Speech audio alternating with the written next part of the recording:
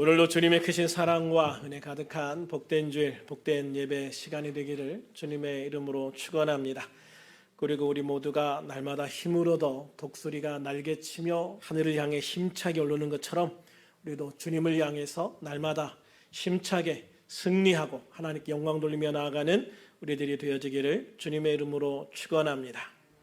오늘은 사도 베드로의 편지 중에 한 부분을 함께 나누려고 합니다.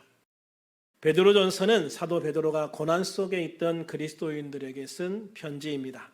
당시 그리스도인들은 예수님을 믿는다는 이유만으로도 감옥에 갇히고 고문을 당하고 죽임을 당했습니다. 그것도 아주 잔인하게 죽임을 당했습니다. 그래서 당시의 그리스도인들은 자신들이 예수님을 믿는다고 고백을 할 때 그렇게 잔인하게 죽임당할 것을 각오하고 예수님을 영접해야만 했고 믿는다는 고백을 할 수 있었습니다. 현재에도 우리와 아주 가까운 곳에 이런 그리스도인들이 있습니다. 북한의 지하 교회입니다. 한 탈북자는 5명의 교회 지도자들이 사람들이 보는 앞에서 도로 공사용 증기 롤러에 깔려 죽는 것을 보았다라고 증언을 했고, 또 다른 탈북자는 성천강 유역에 사는 젊은 여성이 성경을 소지하고 있다 적발돼서 반역자로 몰려 그녀의 아버지와 함께 시장에서 공개 처형을 당하는 것을 목격했다라고 증언하기도 했습니다. 사실 이런 증인들은 빙산의 일각에 불과합니다. 매년 수많은 지하 교회 지도자들이 공개 처형을 당하고 있고 기독교인이라는 이유만으로도 강제 수용소로 추방되는 사람들이 매년 늘어나고 있습니다. 이런 사실은 교회 탄압, 로마 시대 방불이라는 기사로 외국 언론에도 나왔습니다. 캐나다 일간 내셔널 포스트지는 미국 국제종교자유의원회의 보고서를 인용하여 로마인들이 기독교인들을 사자우리로 몰아넣은 것처럼 북한 지하교회 지도자들을 처형하고 있다라고 밝혔습니다. 그럼에도 북한 지하교회가 사라졌는가? 그렇지 않다고 말하고 있습니다. 북한의 집요한 탄압과 핍박에도 지하교회는 계속해서 성장하고 있다고 말합니다. 이름을 밝힐 수 없는 한 통신원에 따르면 북한의 변방이기는 하지만 어느 지역은 마을 주민의 50%가 넘는 사람들이 이미 지하교회의 성도들이 되었다라고 증언하기도 했습니다. 그렇습니다. 교회는 핍박을 두려워하지 않습니다. 그리스도인은 죽음을 두려워하지 않습니다. 주님이 우리와 함께 계시기 때문입니다. 우리에겐 우리가 돌아갈 본래 고향인 천국이 있기 때문입니다. 그래서 사도 베드로는 고난을 받고 있는 교회와 성도들에게 이렇게 말씀하고 있습니다. 9절과 10절 같이 읽어봅니다. 시작. 너희는 믿음을 굳건하게 하여 그를 대적하라. 이는 세상에 있는 너희 형제들도 동일한 고난을 당하는 줄을 알미라. 모든 은혜의 하나님 곧 그리스도 안에서 너희를 부르사 자기의 영원한 영광에 들어가게 하시니가 잠깐 고난을 당한 너희를 친히 온전하게 하시며 굳건하게 하시며 강하게 하시며 털을 견고하게 하시리라. 아멘. 이 말씀은 고난에 대해서 두 가지 중요한 사실을 가르치고 있습니다. 하나는 모든 사람들이 고난을 당하고 있다는 것입니다. 또 하나는 우리가 당하는 고난은 잠깐에 불과하다는 것이죠. 9절에 보면 이는 세상에 있는 너희 형제들도 동일한 고난을 당하는 줄을 알미라 라고 말씀하고 있습니다. 이 세상에 있는 모든 사람들은요, 형태나 모양은 다르지만 모두 다 고난을 당하고 있다는 것이죠. 나만 특별하게 고난을 당하고 있는 것이 아니라는 거예요. 10절에 보면 잠깐 고난을 당한 너희를 친히 온전하게 하시며 굳건하게 하시며 강하게 하시며 털을 견고하게 하시리라 라고 말씀하고 있어요. 우리가 장차 누릴 영원한 영광에 비하면, 그리고 우리가 주님을 믿으면서 경험할 주님의 그 은혜와 축복에 비하면 이 세상의 고난은 잠깐에 불과하다라고 말씀하고 있는 거예요. 우리가 어려운 고난을 당할 때는 시간이 참 안 가는 것처럼 느껴집니다. 그 고난의 시간이 영원할 것 같지요. 그러나 시간이 지나고 나서 보면 그 시간이 그렇게 길지 않은 시간이었다는 것을 알게 되어집니다. 그리고 우리가 알아야 할 중요한 것이 하나 있는데 그 모든 시간은 주님의 통제 아래 있다라는 것이죠. 6절을 같이 한번 읽어볼까요? 시작. 그러므로 하나님의 능하신 손 아래에서 겸손하라. 때가 되면 너희를 높이시리라. 아멘. 그렇습니다. 세상의 모든 것은 결국 하나님의 능하신 손 아래에 있는 것입니다. 그러므로 우리는 능하신 하나님의 손 아래에서 겸손해야 합니다. 겸손하게 하나님을 인정하고 하나님의 때를 기다리면 때가 되었을 때 주님께서 우리를 높여주시기 때문입니다. 그러므로 우리들은 모든 염려와 걱정, 근심은 다 주님 앞에 맡기고 주님의 시간을 기다릴 줄 알아야 합니다. 본문 7절을 같이 읽어볼까요? 시작. 너희 염려를 다 주께 맡기라. 이는 그가 너희를 돌보심이라. 아멘. 이 말씀에서 맡기다라는 단어의 헬라 의미를 보면 어디 위에 던져놓다라는 의미입니다. 즉 베드로 사도는 지금 내게 어떤 염려나 근심, 걱정 또 불안이 있으면 이 모든 것을 항상 우리를 돌보시는 주님께 던져버리라 라고 말씀하고 있는 겁니다. 그런데 실제로 많은 사람들은 그 반대로 행동하는 경우들이 많습니다. 염려와 스트레스가 생기면 이것들을 주님께 맡기기보다는 혼자 해결하려고 숨어버리는 경향들이 많다는 거죠. 혼자 이 모든 걸 끌어안고 밤새 끙끙거리면서 불안해하고 두려워한다는 겁니다. 잠언 17장 22절에 보면 마음의 즐거움은 양약이라도 심령의 근심은 뼈를 마르게 한다라고 말씀하고 있습니다. 심령의 근심은 뼈를 마르게 하는 겁니다. 이처럼 아무 도움도 되지 않고 건강마저 해치는 이러한 일을 부질없이 혼자 끌어안고 끙끙거리고 있는 것입니다. 이런 모습이 바로 저의 모습이었던 적이 있습니다. 코로나19로 인해서 교회와 예배를 통제하려는 정부의 움직임에 저는 정말 극심한 스트레스를 받았던 것 같습니다. 죽을 힘을 다해 기도한다고 했지만 기도도 잘 안 됐던 것 같습니다. 지나서 보면 억지로 기도의 자리에 앉아 있었을 뿐이었다라는 생각이 들기도 합니다. 그런 상황에서 갑자기 몸에 이상이 생겼습니다. 갑상선 항진증이 생기고 급성 당뇨가 찾아왔습니다. 혈압이 높아지기 시작했습니다. 시간이 지나고 나서 생각해 보면 참 어리석었던 것 같습니다. 아니, 믿음이 아주 적었던 것 같습니다. 그 모든 것을 주님께 던져버리지 못하고 혼자 끙끙거리고 있었던 것이 바로 저의 모습이었던 거지요.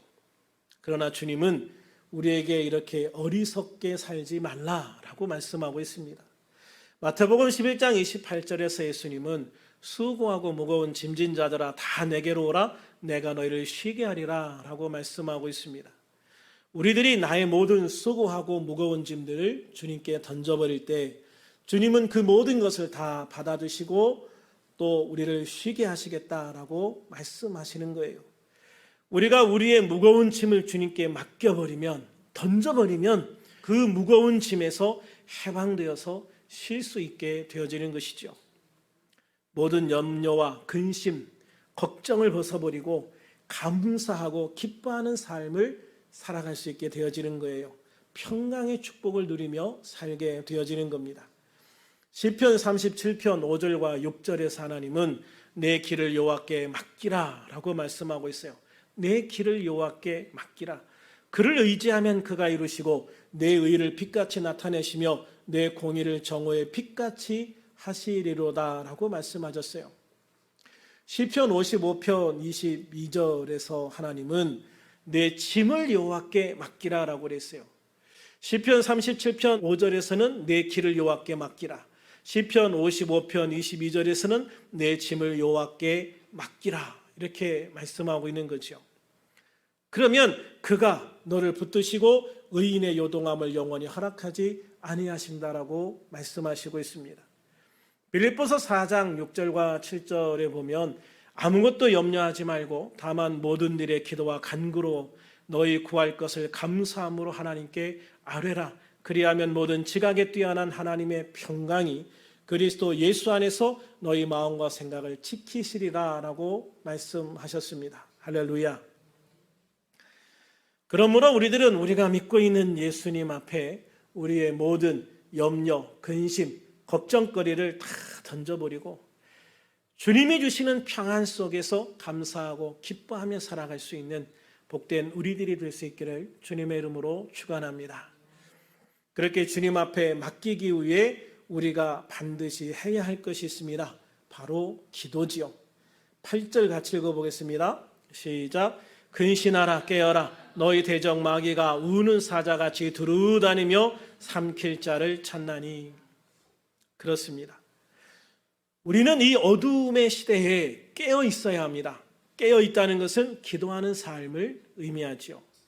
우리가 기도할 때 우리의 영이 깨어납니다. 우리 주변에서 역사하는 마귀의 일을 알아채고 대처할 수 있게 되어집니다. 그래서 주님은 마태복음 26장 41절에서 시험에 들지 않게 깨어 기도하라. 시험에 들지 않게 깨어 기도하라 라고 말씀하시고 있습니다. 그렇습니다. 우리는 기도해야 합니다. 비록 육신이 피곤하여 또 육신이 고나여 제자들처럼 기도하다가 잠이 들더라도 우리는 기도의 자리라도 지키고 앉아 있어야 합니다. 기도하되 근신하는 마음으로 기도해야 합니다. 근신한다는 것은요, 세상의 악한 삶에 휩쓸리지 않고 주님의 말씀 안에서 살아가려고 노력하는 삶을 의미합니다. 디모데전서 4장 5절에서 사도 바울은 하나님의 말씀과 기도로 거룩하여진다고 말씀하고 있습니다. 그러므로 우리는 말씀을 가까이 하고 기도에 힘써야 합니다. 그래서 영적으로 늘 깨어 있어야 하는 것이지요. 그래서 마귀를 피하는 것에 머물지 말고 적극적으로 마귀를 대적하는 성도의 삶을 살아야 하는 겁니다. 마귀가 언제나 배고파 우는 사자와 같이 우리 주변에서 어슬렁거리면서 우리를 삼킬 기회를 엿보고 있기 때문입니다. 피한다고 피해지는 상대가 아니라는 말입니다. 나의 힘으로는 할 수 없습니다. 그러나 우리가 기도하면서 주님의 도우심과 주님의 권능이 함께하면 우리는 능히 마귀를 대적하여 쫓아버릴 수가 있게 되어집니다. 그러므로 우리는 나를 약하게 만들고 병들게 하는 근심, 걱정, 염려는 모두 다 주님께 던져버려야 합니다. 말씀을 읽고 묵상하면서 기도에 힘써 믿음을 굳건하게 해야 합니다. 그렇게 우리는 마귀를 대적하는 성도가 되어야 합니다. 본문 9절을 같이 읽겠습니다. 너희는 믿음을 굳건하게 하여 그를 대적하라. 이는 세상에 있는 너희 형제들도 동일한 고난을 당하는 줄을 알미라. 그렇습니다. 우리는 말씀과 기도를 통해서 믿음을 굳건하게 해야 합니다. 믿음이 굳건해야 사탄 마귀를 대적할 수 있기 때문입니다.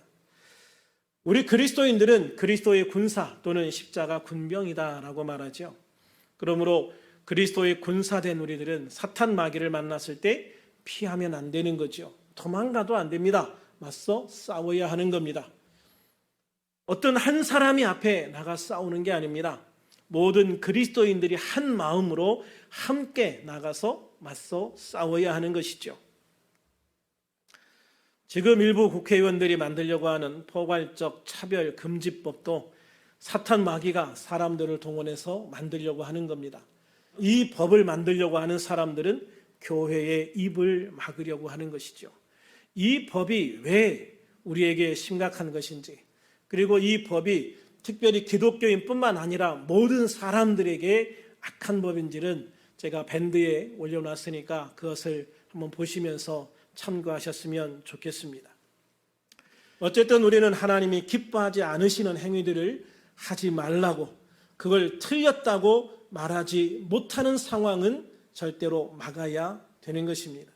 그러므로 사탄 마귀의 일들을 그리스도인들이 잠잠히 듣고 침묵만 하면 안 되는 것이죠. 사도 베드로는 이는 세상에 있는 너희 형제들도 동일한 고난을 당하는 줄을 알미라라고 말씀하셨습니다. 그렇습니다. 세상의 모든 문제는 나만의 문제가 아닙니다. 특별히 영적인 문제는 나만의 문제가 아닙니다. 모든 사람들의 문제죠. 그래서 함께 기도해야 하는 것입니다. 전쟁은 군인이 하는 게 아니고 군대가 하는 겁니다. 개인이 아니라 함께 싸우는 것이죠. 개인이 아니라 함께 싸우는 겁니다. 함께 참여하는 겁니다. 그래서 우리나라의 거의 모든 정통 교단들이 이 일에 참여하고 있고 또 함께 참여하도록 권고하는 공문을 보내고 있습니다.